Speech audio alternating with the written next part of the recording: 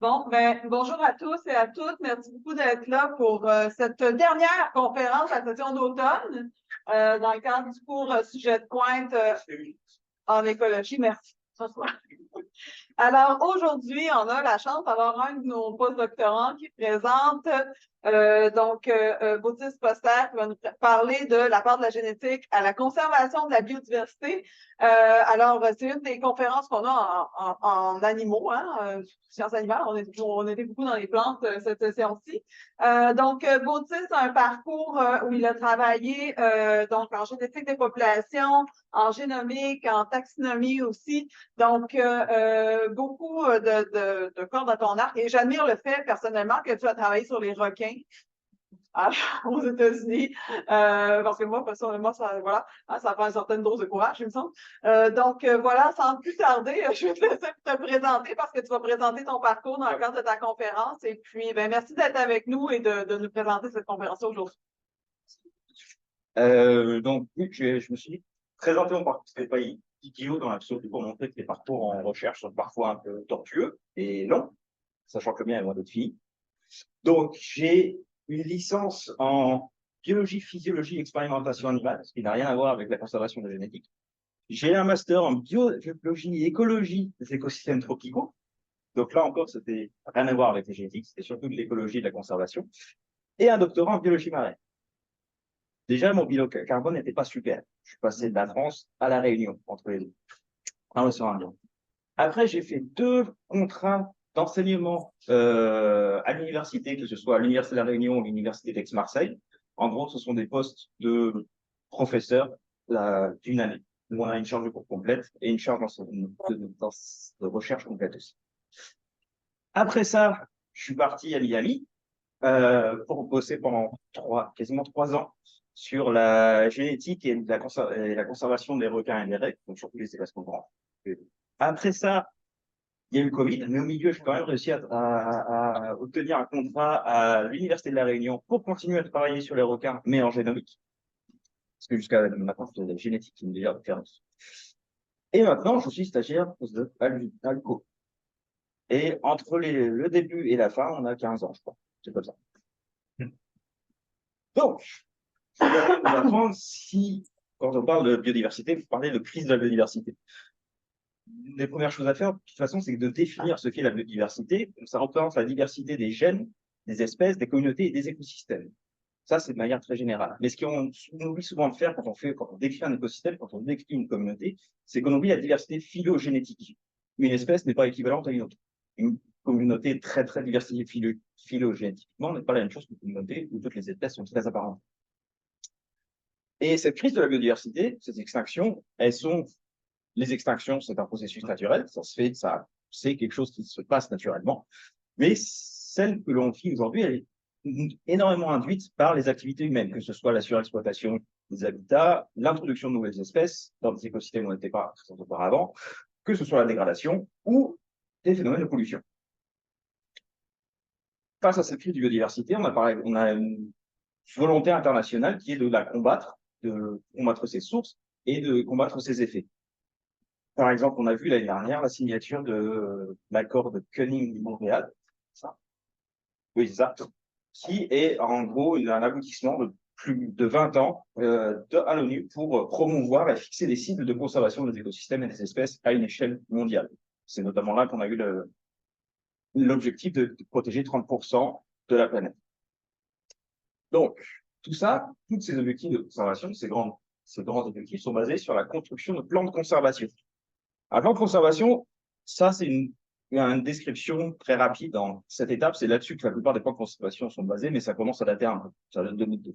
Mais en gros, on va tout d'abord identifier les cibles de conservation, que ce soit des espèces, des écosystèmes, des communautés, ou bien des services écosystémiques. On va identifier les lacunes de connaissances, puis établir les objectifs pour soit compléter ces lacunes, soit pouvoir continuer et établir des objectifs de conservation. À partir de ces objectifs, il faut cartographier les besoins. Donc, dire où est-ce que je dois faire de la conservation, dans quel ordre, quelles sont les zones qui sont déjà conservées ou pas, et ainsi de suite.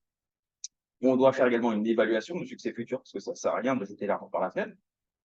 Et toutes ces plans de conservation ont une plus forte chance de succès si on construit un réseau de zones de conservation ou d'objectifs de conservation. Ça peut être dans l'espace, dans le temps, ou juste conserver plusieurs espèces d'un écosystème.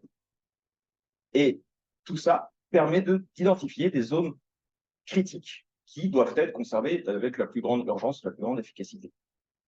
Et c'est un cercle vertueux, normalement. C'est une fois qu'on a identifié nos zones critiques, on se rend compte qu'on doit protéger d'autres choses, et on reprend le processus, et ainsi de suite. Tout ça induit une nécessité du suivi de tous les objectifs de conservation. Le problème, c'est que les espèces continuent à se séparer. Donc, il y a une partie des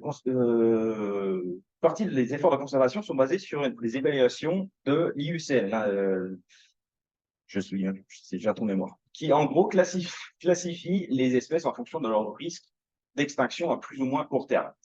Elles sont classifiées selon ce risque, mais il ne faut pas oublier que toutes les espèces ne sont pas évaluées. Donc, le fait qu'une espèce ne soit pas menacée selon ces classifications ne veut pas dire qu'elle n'est pas menacée. C'est juste qu'on n'a pas eu le temps de traiter la donnée ou qu'elle n'existe pas. Et donc, cette extinction, naturellement, elle se fait selon ces 4 grands processus qui s'auto-entretiennent. On va voir où qu'on le passe, d'où qu'on part sur ce cercle, ça va s'auto-entretenir. Donc, si on prend, supposons qu'on parle d'une grande population qui est isolée, qui va se fragmenter au cours du temps suite à des variations climatiques ou par des phénomènes de goulot d'étranglement, c'est-à-dire une diminution drastique de la population suite à une infection, par exemple. Ça va introduire une consanguinité de la population. On a moins d'individus qui peuvent s'en produire, donc un apparemment plus élevé des populations. Ça va être perte de diversité génétique, phylogénétique, comportementale, et il y en a d'autres, mais je les oublie. Tout ça induit une perte de survie, une perte d'adaptabilité. Cette perte d'adaptabilité conduit à une réduction de la taille des populations. Mais ces petites populations induisent un isolement, une fragmentation, des goulots d'étranglement, et ça se maintient. Le truc, c'est qu'avec les activités humaines, on renforce les risques d'isolement, de fragmentation, de goulots d'étranglement, que ce soit par la pollution, la surexploitation, et ainsi de suite. Mais on a un impact négatif aussi sur la démographie, sur les populations, en réduisant la taille démographique. Avec les changements environnementaux, on a plus de chances d'impacter des petites populations, et les extrêmes naturels sont renforcés. Donc les populations qui sont mal adaptées à ces extrêmes ont plus de chances de disparaître. Ce qu'il y a de bien, c'est que la plupart de ces mécanismes sont détectables par des méthodes de la génétique. Génétique, c'est juste l'analyse de l'ADN et associé dans une espèce qui sert de proxy pour analyser le reste de l'espèce dans son ensemble. Donc, la génétique de la conservation, qui est en gros le domaine de recherche qui travaille sur ce phénomène d'extinction, son but va être de comprendre et de réduire les risques d'extinction, tout en essayant d'identifier les origines, les effets de la rareté des populations. Parce que la rareté, c'est quelque chose de naturel. Son but, ça va être également de proposer, de développer des outils de gestion, donc pour ce qui est des plans de conservation, proposer des outils qui vont faciliter ces plans de conservation. Ça va également un domaine de recherche qui va aussi sur la taxinomie, donc la délimitation des espèces, parce qu'une espèce, c'est quelque chose de flou. Et enfin, c'est quelque chose qui est apparu très récemment, dans les 10 dernières années, c'est un domaine de recherche qui travaille sur la criminalistique des espèces sauvages, c'est-à-dire essayer de retracer les espèces dans la présence d'espèces protégées dans le crime organisé. Ou juste, pas le crime organisé, même le commerce légal. Donc, premier exemple qui va avoir trait à cette génétique de la conservation, c'est un papier que j'ai réussi à publier lundi dernier. Je suis très content, après 4 ans, c'était long, qui travaillait, donc c'est la sortie de mon dernier postdoc, qui travaillait sur la diversité génétique et la démographie du requin bulldog. Comme vous voyez, il y a quelques partenaires, je ne vais pas tous les citer. Donc, pourquoi on travaillait sur ce requin? Parce que ce requin, c'est un top prédateur, c'est-à-dire c'est une espèce qui est en haut de la chaîne alimentaire du réseau trophique, donc elle est rare naturellement. Et donc, cette rareté doit être analysée en tant que telle, doit faire partie de l'analyse pour dire si cette espèce doit être protégée ou non. Tout ce qu'il faut comprendre, c'est que la rareté dépend dans le temps et dans l'espace, de la dynamique des populations, de la distribution naturelle de cette espèce, de ses traits d'histoire de vie, mais également de la connectivité génétique entre mes populations. Ces 4 paramètres vont varier dans le temps et dans l'espace. Ils font partie de mes plans de conservation. J'en ai besoin pour établir un plan de conservation qui tienne, qui soit efficace. Le truc, c'est que ces quatre paramètres ont une influence directe dans le temps et dans l'espace sur les tailles efficaces des populations et sur les tailles réelles des populations. Je vais vous expliquer dans 2 minutes qu'est-ce que c'est. Et ces 2 choses sont mesurables par la génétique. Donc, à partir de 2 paramètres, je peux faire des inférences sur les autres. Donc, je limite le travail. C'est façon de parler. Donc, qu'est-ce que la taille efficace d'une population? En fait, c'est l'effectif minimal dans une population qu'elle aurait pour que je puisse observer la diversité génétique que j'observe actuellement. C'est-à-dire que, supposons que j'ai 1000 individus, quel est l'effectif minimal pour que je puisse observer la même diversité génétique par le fruit du hasard de cette population? La taille réelle, NC, census size en anglais, c'est l'effectif réel de ma population dans l'écosystème. Donc, c'est que sur elle va s'effectuer la sélection, les relations biotiques et tous les processus d'interaction. NC, c'est très difficile à mesurer, surtout sur les espèces rares ou dans les écosystèmes ouverts comme l'océan. NE, c'est plus facile. Parce que si on a un taux de mutation qui peut être mesuré, on peut faire des estimations de cette mesure et il y avoir une précision de cette mesure, une estimation de la précision de cette mesure. Et si on a cette mesure, on peut également faire des simulations pour retracer son évolution historique et donc en remontant dans le temps, suivre les variations de cette taille efficace. Et en fonction des espèces, on va avoir des patterns qui vont être différents. La seule chose qui est bien avec ce modèle-là, mais qui est aussi très problématique, c'est que c'est basé sur des modèles. Donc, il y a des limitations et il y a des conditions d'application. Typiquement, si on a la structuration des populations, ça ne marche pas.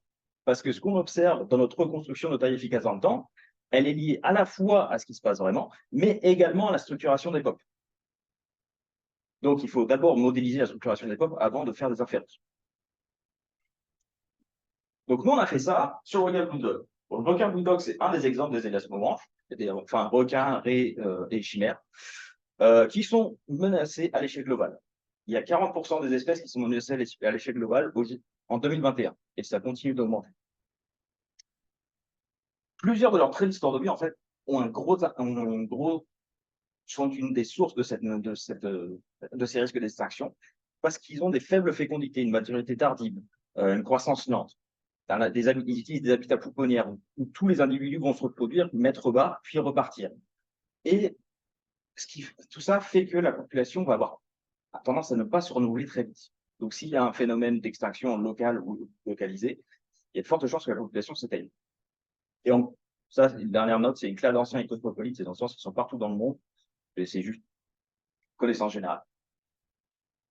Et c'est pas récent, ce déclin. Ça date depuis les années 70, en fait. Depuis les années 70, avec l'avènement de la pêche, de la pêche industrielle, on a mesuré une diminution de l'ordre de 70% des populations adultes d'élasmobranches à l'échelle des océans. Le problème, c'est que la plupart de ces espèces on fait la conservation des requins, mais on ne contrôle pas la taille efficace des populations. On contrôle, est-ce qu'on détecte mon espèce, mais on ne sait pas si l'espèce se reproduit. C'est-à-dire, on a des adultes, mais on ne sait pas si la population se nouvelle. Donc, on ne sait pas si la conservation est efficace.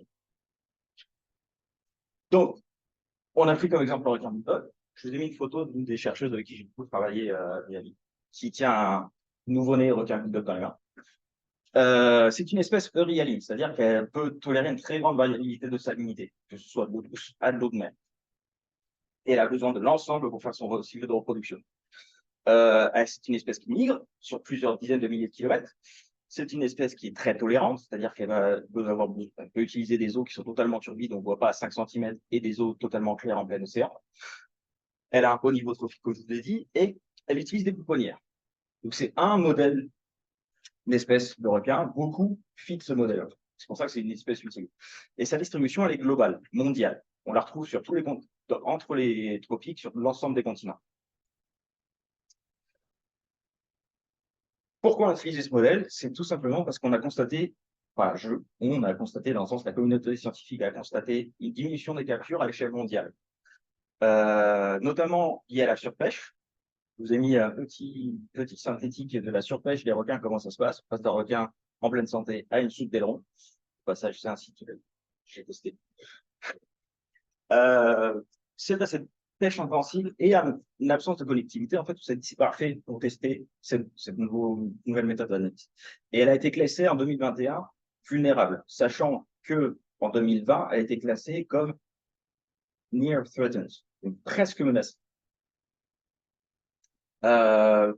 Pourquoi on a changé de statut? C'est que dans l'Atlantique Ouest, on a constaté une augmentation de l'abondance, il y a une forte probabilité d'augmentation de l'abondance de l'espèce. Mais en Afrique du Sud, qui est considéré comme l'habitat de l'Indo-Pacifique, on a constaté une diminution très rapide et ils ont modélisé une diminution continue de l'abondance de l'espèce. Ça, c'est la base de la surpêche, parce que quand un papier auquel j'ai travaillé, on a fait un inventaire des espèces les plus présentes dans la bande des longs requins à Hong Kong, ça fait partie des espèces les plus vendues. Donc, elle fait partie de ce site de surpêche. Et donc, le but de ce papier, c'était d'identifier les flux de gènes, parce qu'il faut le faire, puis, à partir de ces connaissances-là, modéliser les effectifs et leurs variations dans le temps. Et on a ajouté quelque chose qui était de tester les outils. Parce que jusqu'à maintenant, tout ce que je vous ai montré, souvent, on applique ces outils-là, mais on ne les teste pas, on ne teste pas leur sensibilité. C'est ce qu'on a rajouté en plus. Et pour ça nous a pris énormément de temps. Donc, on a basé ça sur un des plus gros jeux de données existants à ce jour, qui est de quasiment 800 requins bulldog à l'échelle du monde. C'est pour ça qu'il y a beaucoup de partenaires, c'est que tous ces partenaires ont envoyé des échantillons pour qu'on puisse tout centraliser et analyser selon une méthode de séquençage que je marque en haut parce qu'il faut que je l'aide. Mais voilà, vous n'avez pas besoin de savoir comment ça se passe. On a séquencé au minimum 3200 locus. Donc, locus, c'est des petites portions d'ADN réparties aléatoirement dans le génome sur lesquelles on a cherché de mutations pour essayer d'identifier les individus les plus apparentés. Et sur 16 sites qui sont identifiés en noir sur ma carte. Donc, on avait d'autres populations, mais il y avait parfois pas assez d'individus ou l'ADN de non-masculinité, on a dû les enlever. Mais on a pu le faire sur ces 16 populations. Donc, ces 16 populations, elles sont réparties en 3 grands clusters, qui sont l'Est Pacifique, ça marche? Non, ça marche pas. L'Est Pacifique, l'Atlantique Ouest et ce qu'on appelle l'Indo-Pacifique. Et c'est pour ça que j'ai mis des petits couleurs. Et on a mesuré la différenciation génétique entre ces clusters. Pour ceux qui ne savent pas, l'indice de FST, en fait, c'est un proxy pour mesurer la migration. Ça donne un indicatif de la similarité génétique entre deux populations en termes de fréquence des allèles. Ça varie entre 0 et 1. 0, tous mes allèles sont similaires. C'est en gros une seule population entre deux populations. 1, ce sont deux populations qui n'échangent quasiment aucun flux de gènes. Donc, on s'est rendu compte que dans chacune des provinces, on pouvait faire cette mesure, parce que dans les Pacifiques, on n'avait qu'une population, on ne peut pas comparer une population avec elle-même. Donc, dans l'Ouest Atlantique, on avait des FST qui étaient de 0,01 et dans l'Indo-Pacifique de 0,03. Il y a deux populations qui sont très différentes. Je vous expliquerai si vous en avez envie à la fin, mais pour le moment, on va les ignorer. Donc ça, c'est à l'intérieur de mes provinces. Vous voyez que les échelles géographiques n'ont rien à voir en termes de surface. Entre provinces, on a un ordre de grandeur de différence. Celui-là est logique. J'ai l'isthme de Panama entre mes deux. Les requins, jusqu'à preuve du contraire, ne peuvent pas traverser.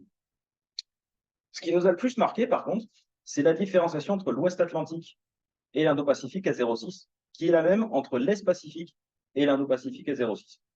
Ça veut dire qu'on a 3 groupes génétiques extrêmement distincts qui ne changent quasiment aucun flux de gènes, qui sont 3 stocks indépendants, en fait. Et au sein de ces 3 groupes, les flux de gènes sont tellement efficaces qu'on ne peut pas différencier ça d'une panmixie. Panmixie, c'est tout le monde peut se reproduire avec tout le monde, statistiquement. Donc, à partir de ça, vu qu'on avait de la panmixie, on n'avait pas de structuration, on s'est dit, bah, c'est bon, on peut modéliser nos tas de populations. Ça, c'est pour chacune des populations, c'est pour vous montrer le type de résultat. Je vais vous le synthétiser. À l'échelle globale, on a un schéma qui est représenté sur ce graphique-là, où sur l'exercice en nombre de générations, ça varie de 0 à moins x, et on s'en fiche du chiffre. Et en axe des ordonnées, j'ai ma taille efficace en nombre d'individus. J'ai une expansion à l'échelle globale qui remonte à 6000 générations. Le truc, c'est que on peut convertir ce nombre de générations en temps réel, si on a un temps de génération pour nos individus. Ce qu'on a fait pour notre espèce, parce qu'on l'a. On sait au bout de combien de temps un individu se reproduit. On a un temps de génération. Et on s'est rendu compte que l'expansion qu'on détectait datait de la dernière période glaciaire, au pic de la dernière période glaciaire. Et bien, on a aussi détecté une toute petite diminution proche de nous, dans les dernières générations, qui correspondrait justement à l'idée qu'on se fait que la population est en train de diminuer parce que surexploitation. Ça fait, je pense que ça, enfin, on pensait que ça faisait du sens. Pour moi, ça faisait du sens, cette histoire. Sauf que on ne savait pas si ça c'était lié au fait que l'outil faisait n'importe quoi, parce qu'il y avait trop d'incertitudes, ou si c'était un schéma réel. Donc, on a fait des simulations. On a fait plein de scénarios où en faisant varier le nombre d'individus, le nombre de locus, la date du goulot d'étranglement, donc du début de la diminution de la taille de population, et la force de ce goulot d'étranglement, c'est-à-dire de combien d'individus ont diminué en proportion. On faisait diviser la population par 5, 10, 50 et 100. Et en gros, le but, c'était de comparer ma démographie théorique en pointillé à celle que mon outil mesurait, avec les couleurs sur le graphique. Et c'était juste une différenciation optique où on devait différencier la reconstruction de la vraie démographie. En synthétisant, parce qu'il y a beaucoup de graphes, mais l'idée générale, c'est que plus on avait de locus, plus on était fidèle à la vraie démographie. Ce qui veut dire qu'il faut beaucoup de données pour reproduire ça, parce qu'on avait déjà quasiment 1000 locus qui ont fonctionné et on n'arrivait pas à être très fidèle. Le goulot d'étranglement récent qu'on voyait sur le graphe à une échelle générale, en fait, c'est un artefact. On n'arrive pas à le voir maintenant. En vrai, il n'existe pas ce goulot d'étranglement. On a le même pattern, que ce soit sur les simulations ou sur la démographie, quand on a suffisamment de locus. Et si on avait eu un goulot d'étranglement ancien, on n'aurait pas de résultat. Ce qui fait que les variations anciennes de notre démographie sont détectables. C'est-à-dire, si on avait une diminution de notre taille de population avant, on aurait pu la voir. Donc, ça, ces trois connaissances qui paraissent assez énormes, dans le sens où ça fait beaucoup d'un coup à gérer. En synthétique, c'est très simple dans les plans de conservation avec un S maintenant, parce qu'on a 300 chez cette espèce. Alors qu'avant, c'était considéré comme une seule et même espèce qui pouvait le gérer à l'échelle mondiale. Maintenant, c'est 3. On a une diversité génétique qui est très importante, ça a un impact sur le succès futur des plans de conservation. Vu qu'on a une diversité génétique importante, on a des potentiels d'adaptation qui sont importants aussi. À ce niveau-là, c'est une bonne nouvelle. Par contre, les outils de suivi, comme la technologie de séquençage qu'on a utilisée pour ce papier-là, sont clairement améliorés parce qu'ils ne sont pas assez sensibles pour suivre les évolutions de taille efficace de population. Donc, les captures qu'on fait aujourd'hui pour suivre la taille réelle de la population sont encore utiles. Et tout ça, ça rentre dans les plans de conservation qui sont en cours d'élaboration. Je vais vous montrer un autre exemple qui a l'air très similaire, mais qui n'a pas du tout le même, comment dire, le même schéma intellectuel. Donc, c'est un autre papier. Celui-là, il a été fait quand j'étais à Miami, où on travaillait sur le requin citron, qui est une autre espèce, mais qui a en gros à peu près la même écologie. Elle est migratoire, elle est côtière, au niveau trophique. Elle utilise des pouponnières, mais là, c'est prouvé. C'est-à-dire qu'on a mis des balises GPS sur des femelles et elles sont venues année après année au même site de mise bas pendant 15 ans. Donc, pour le moment, c'est quand même, ça tient la route. Et c'est uniquement les femelles, par contre, qui font ça. Donc, vu qu'il y a cette forte phylopatrie, on s'est demandé, est-ce que ça avait un impact sur les plans de conservation qui sont établis au jour d'aujourd'hui? Donc, on a voulu quantifier le nombre de reproducteurs. Vu que là, on sait que les reproducteurs qui viennent au même endroit, c'est toujours les mêmes, j'ai dit, c'est théoriquement possible de les quantifier, de les nombrer. Et à nouveau, on a dit qu'il faudrait peut-être tester la précision des outils. Parce qu'il y a plein d'outils différents en fonction des pays, peut-être pour vérifier si tous les outils donnent les mêmes résultats. Et on s'est dit, vu que notre espèce revient tout le temps au même endroit, essayer d'estimer la taille des différentes pouponnières, le nombre d'individus par pouponnière, ça peut avoir un intérêt pour la conservation, en disant ce centre-là, c'est une grosse pouponnière, elle a plus d'impact que c'est là qui va disparaître dans 5 ans. Donc, pour faire ça, on avait à nouveau un jeu de données qui était gigantesque, avec plus de 3000 requins. Et on a séquencé un autre type de marqueurs génétiques qui sont des microsatellites, on s'en fiche. C'était réparti dans l'Atlantique Ouest et avec une population au niveau du Brésil. Et pour faire toutes nos affaires, en fait, on avait un échantillonnage qui était légèrement déséquilibré, dans le sens où on avait 2200 échantillons d'une pouponnière, répartis sur 20 ans, et 805 de toutes les autres. Pourquoi on avait une pouponnière aussi bien échantillonnée? Ça, c'est une station de recherche qui date depuis 1995, et ils échantillonnent de manière exhaustive tous les petits qui arrivent chaque année. Donc, ça fait beaucoup de travail. Donc, on a mesuré, en fait, la taille efficace de chacune de mes cohortes à Bimini. Bimini, c'est la fameuse pouponnière où on a acheté de monstrueux. Et on a suivi ça au cours des années. Et on voyait que notre taille efficace changeait. Donc, c'est pas constant pour les gens. Les femelles, en fait, on s'est rendu compte après coup que certaines femelles revenaient tous les 3 ans, certaines revenaient tous les 2 ans. Et en fonction de ça, ça dépendait totalement. Par certaines années, on avait énormément de reproducteurs, d'autres années, on avait beaucoup moins. C'était juste de la variabilité interindividuelle. Sauf que là, c'est pas le nombre de reproducteurs, c'est un taille efficace. L'intérêt, c'est que quand on fait notre taille efficace sur une cohorte, c'est-à-dire tous les individus qui sont nés cette année-là, dont on est sûr qu'ils sont nés, bah, c'est le nombre de reproducteurs. C'est le nombre de reproducteurs minimal. Vu que c'est de eux que j'observe la diversité génétique de mes petits. Donc, c'est ma population initiale. Première chose qu'on a faite, c'est on s'est dit, bon, tout le monde n'a pas autant d'argent que nous. Donc, on a dit, bah, est-ce que si on fait un échantillonnage plus petit, de l'ordre de 20% de ma cohorte, 40, 60, 80, 90, est-ce qu'on obtient le même résultat? On s'est rendu compte que jusqu'à 60%, entre 100% et 60% d'une cohorte, les deux mesures sont totalement corrélées. Donc, on peut faire un échantillonnage moins intensif et obtenir le même résultat. Et après, on s'est dit, certaines personnes ne font pas du tout ça, ils reconstruisent les pédigrés.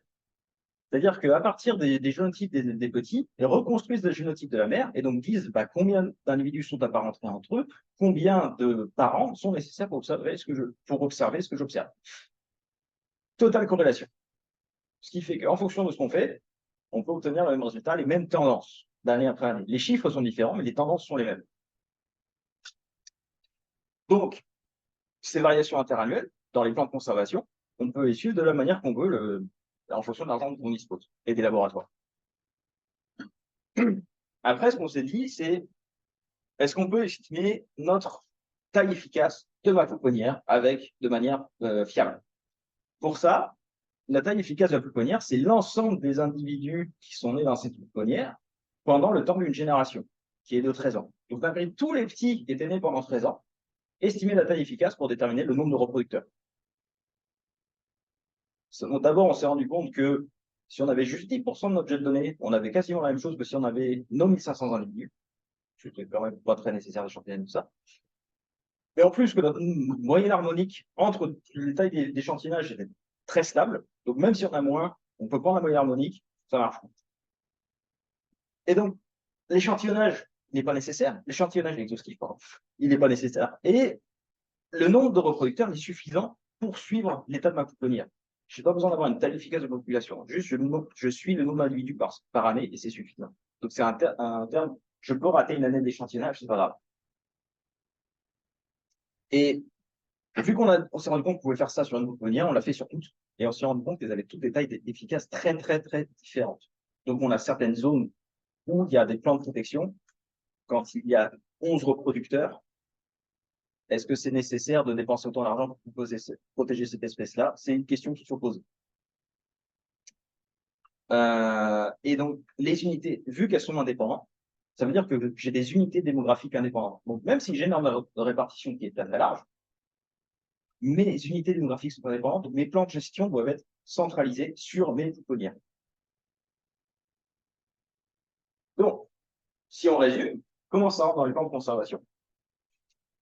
Vu que je peux quantifier mon nombre de reproducteurs de plusieurs manières, ça fait des économies. En fonction du jeu de données que j'ai, je sais que je peux me débrouiller.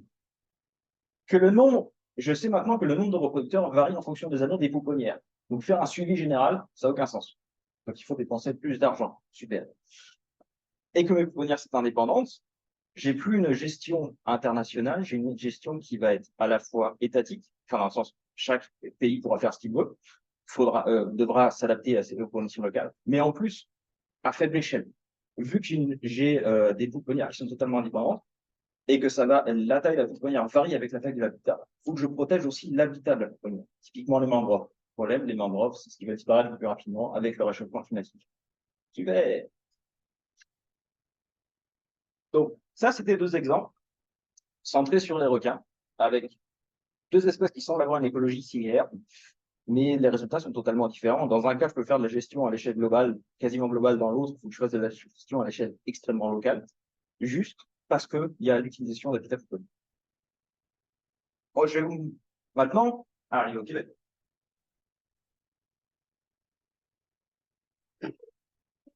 C'est bon, c'est parfait. Donc, ceci est le dernier papier non, c'est pas le dernier en fait. C'est le papier que j'ai publié avec Yann, Angélique et Émilie l'été dernier, où en gros, c'est un autre aspect de la génétique de conservation, c'est plus centré sur une espèce, c'est centré sur une méthode, proposer des méthodes de suivi des objectifs de conservation, où on a utilisé des données qui ont été récoltées par Yann, Angélique, Émilie et d'autres dont je ne me souviens plus le nom parce que je ne le pas.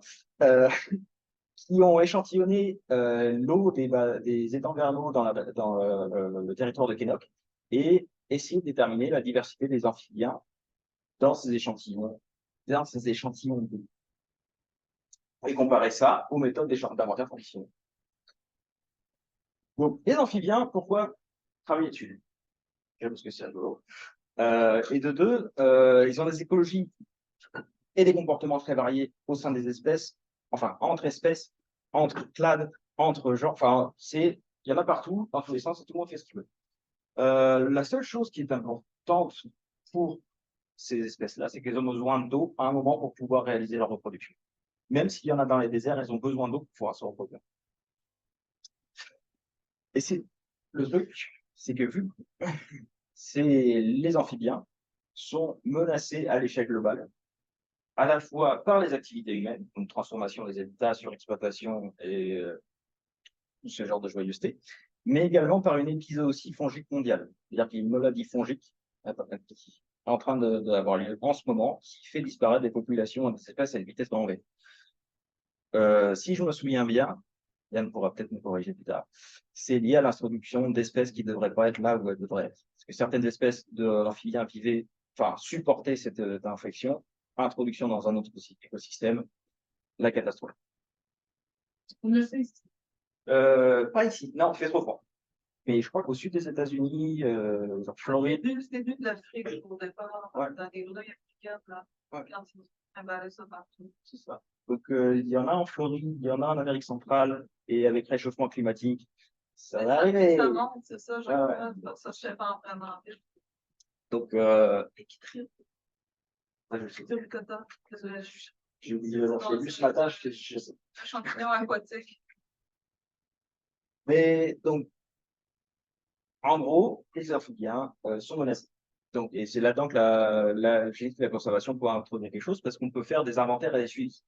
Parce que les aires de répartition par espèce, en général, sont parcellaires, on suppose que l'espèce est présente ou pas, on ne sait pas la taille de la population. Donc, proposer des outils d'inventaire et de suivi, ça a un intérêt, ça facilite le travail, vu comment dire, le risque d'extinction généralisé sur ce clan. Donc, petit rappel sur ce qu'est l'ADN environnemental. J'ai pris cette magnifique photo de National Geographic. Elle vient du Nouveau-Brunswick. C'est quand même pas loin.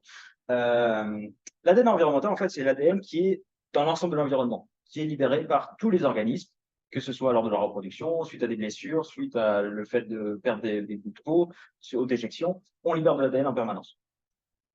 Cet ADN, il est dégradé, que ce soit par les UV, par la température, il se fixe au sédiment, par les endos, les exonucléases. Tout ça élimine l'ADN environnemental en permanence. C'est ça qu'on en a pas tant que ça, en fait. Le but, ça c'est moi et Yann en train d'échantillonner.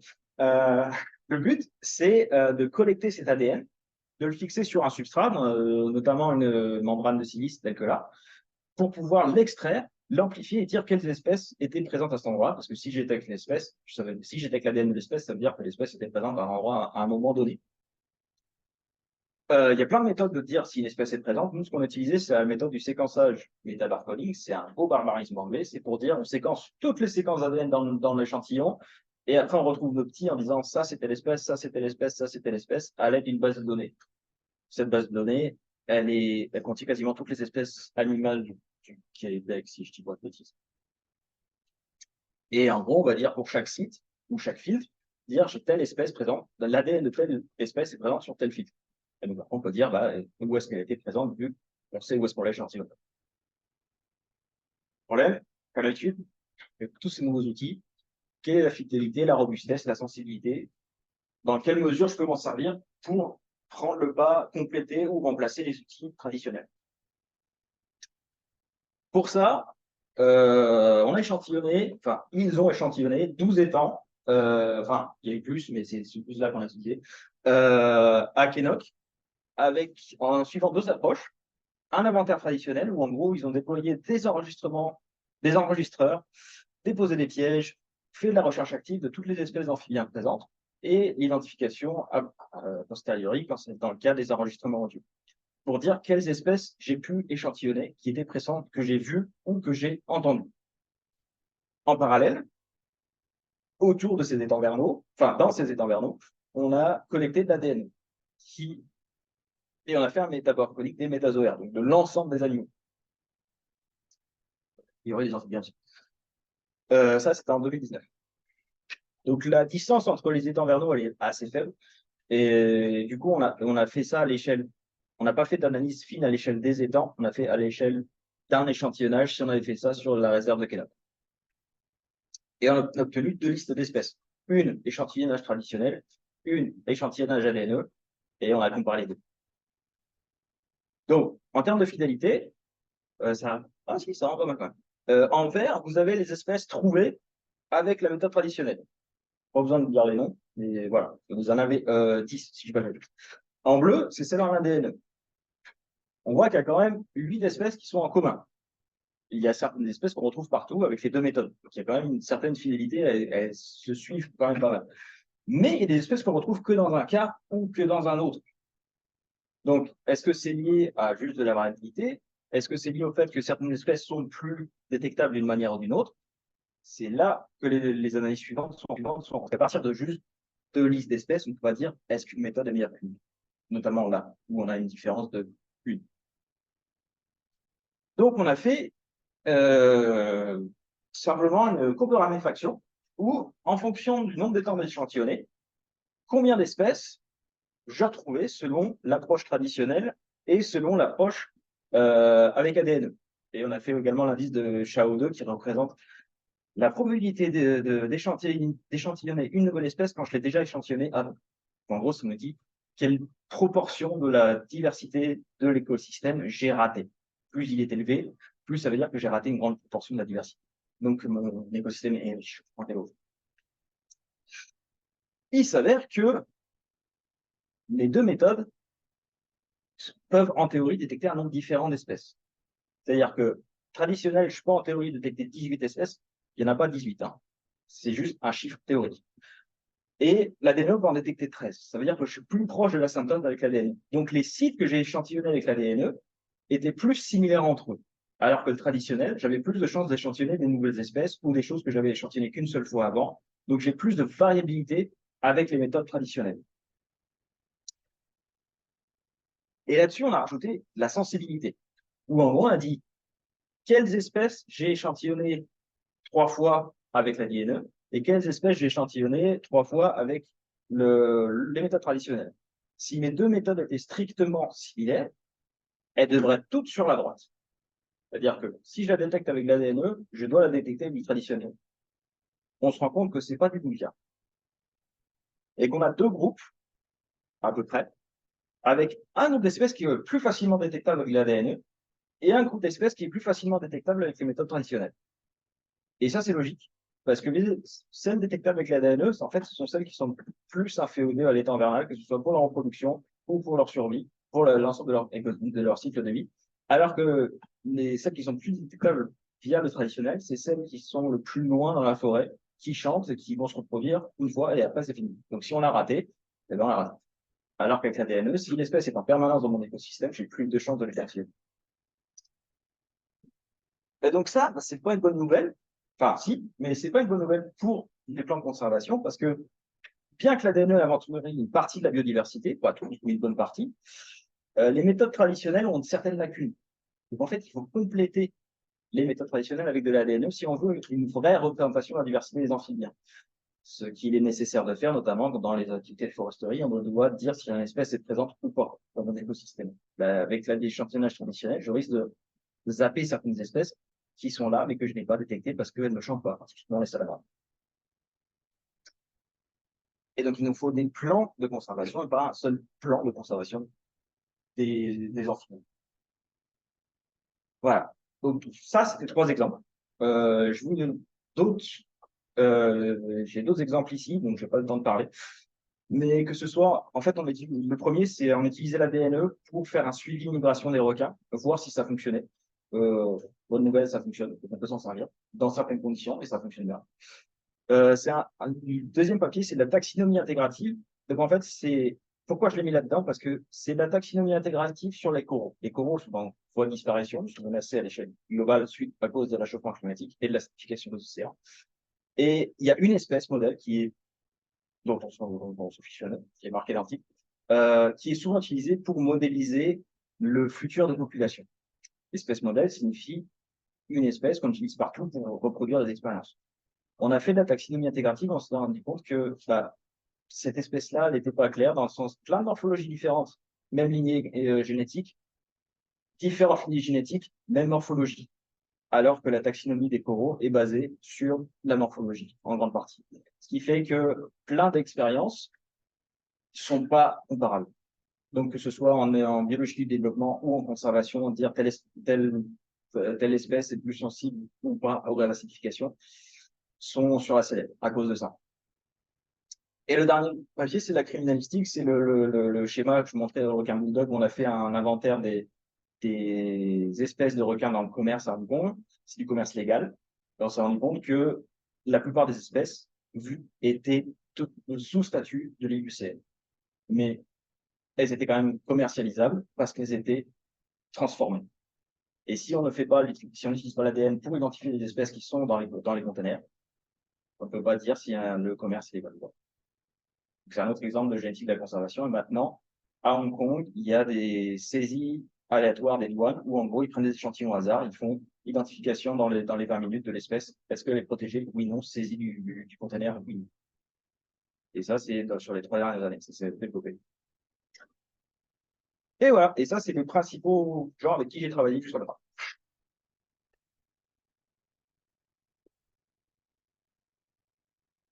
Baptiste, il y a des questions dans la salle. Luc Candeli, François. Oui, merci pour la présentation. Revenir sur le requin bulldog.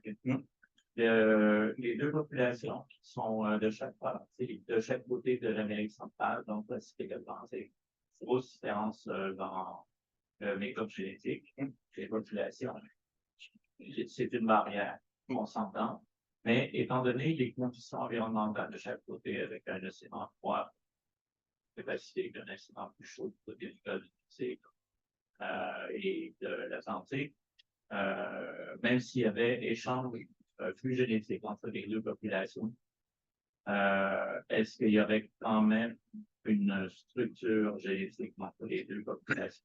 Ou autrement dit, plus largement, c'est de dire, est-ce que les conditions environnementales locales peuvent contrecarrer les effets des flux génétiques? Vous avez 3 heures. Plusieurs parties à cette question. Je vais essayer de retrouver sur la diapo de leur distribution, parce qu'il y a un truc à savoir dessus.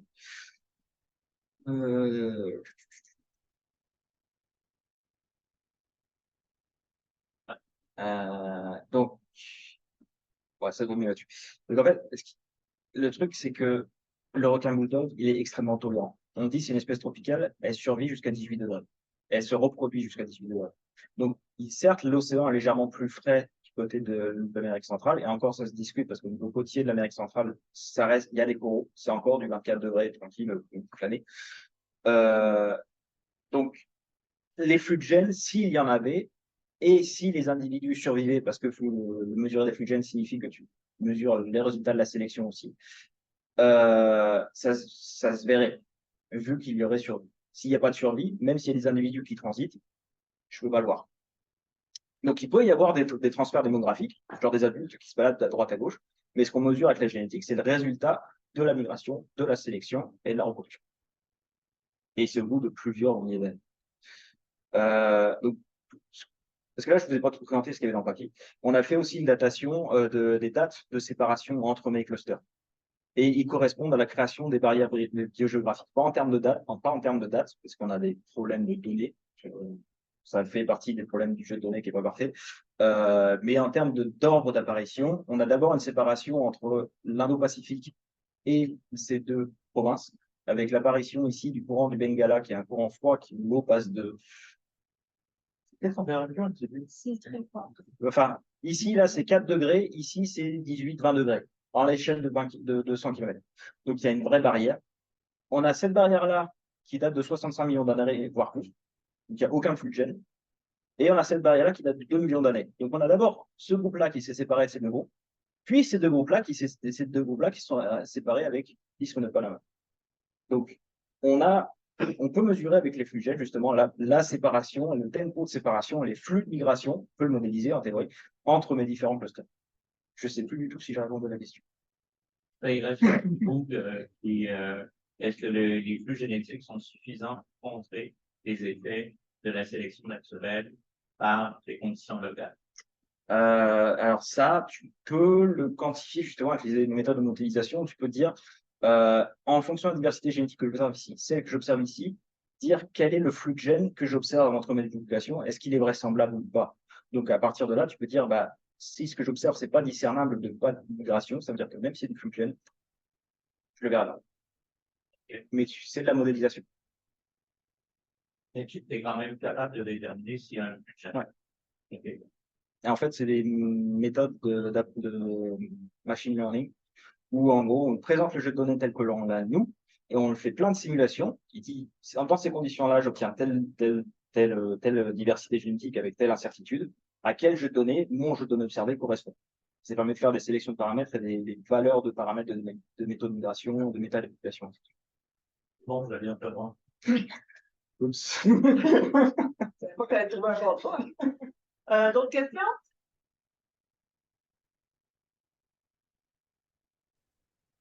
Il n'y a pas de questions en ligne. Non, mais moi, j'en ai une qui est assez peut-être banale, là, mais quand tu présentais sur les amphibiens, justement, qu'est-ce qui vous empêche de détecter en même temps que l'ADN des amphibiens, l'ADN justement des champignons pathogènes? Alors, ça dépend, parce que C'est la question de la base de données, j'imagine.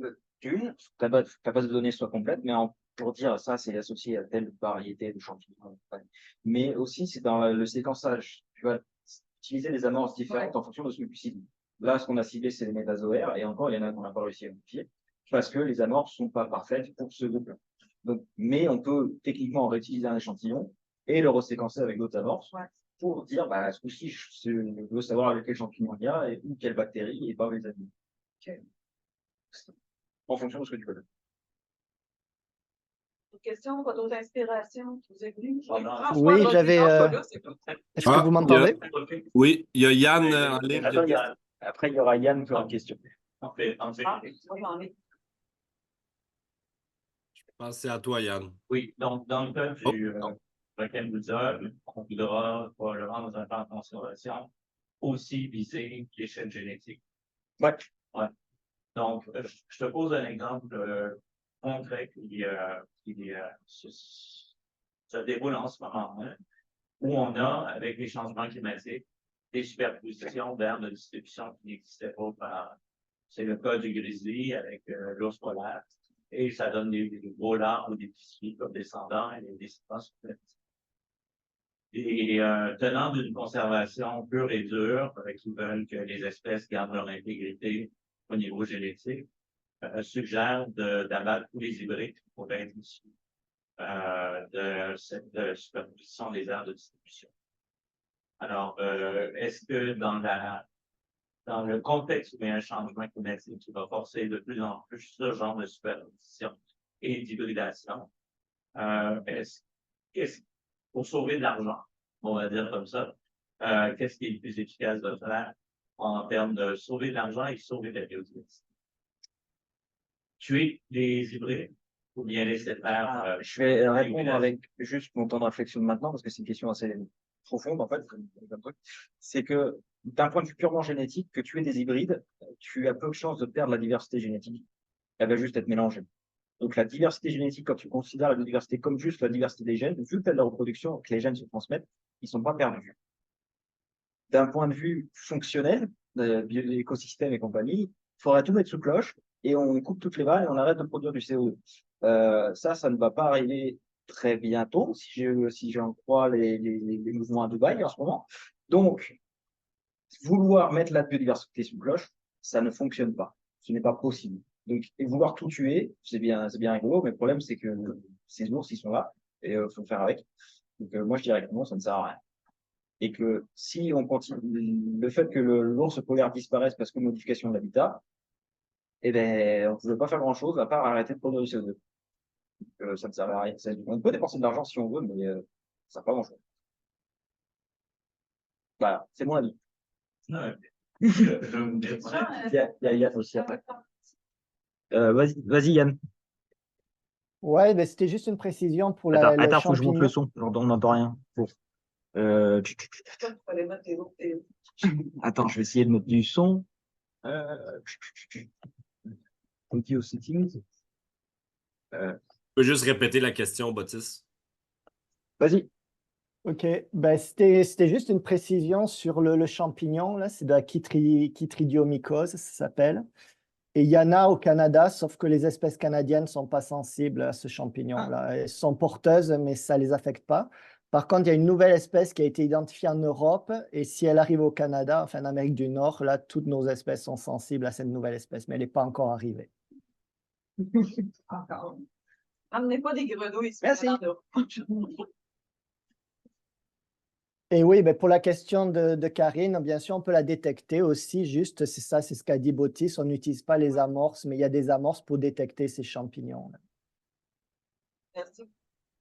Donc, il y avait une autre question. Mais j'ai plus de questions. Tu avais une question? Non.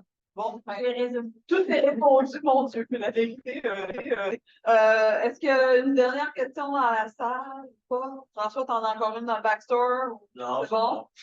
OK. Ben, merci, Merci. Bautis. C'était très intéressant.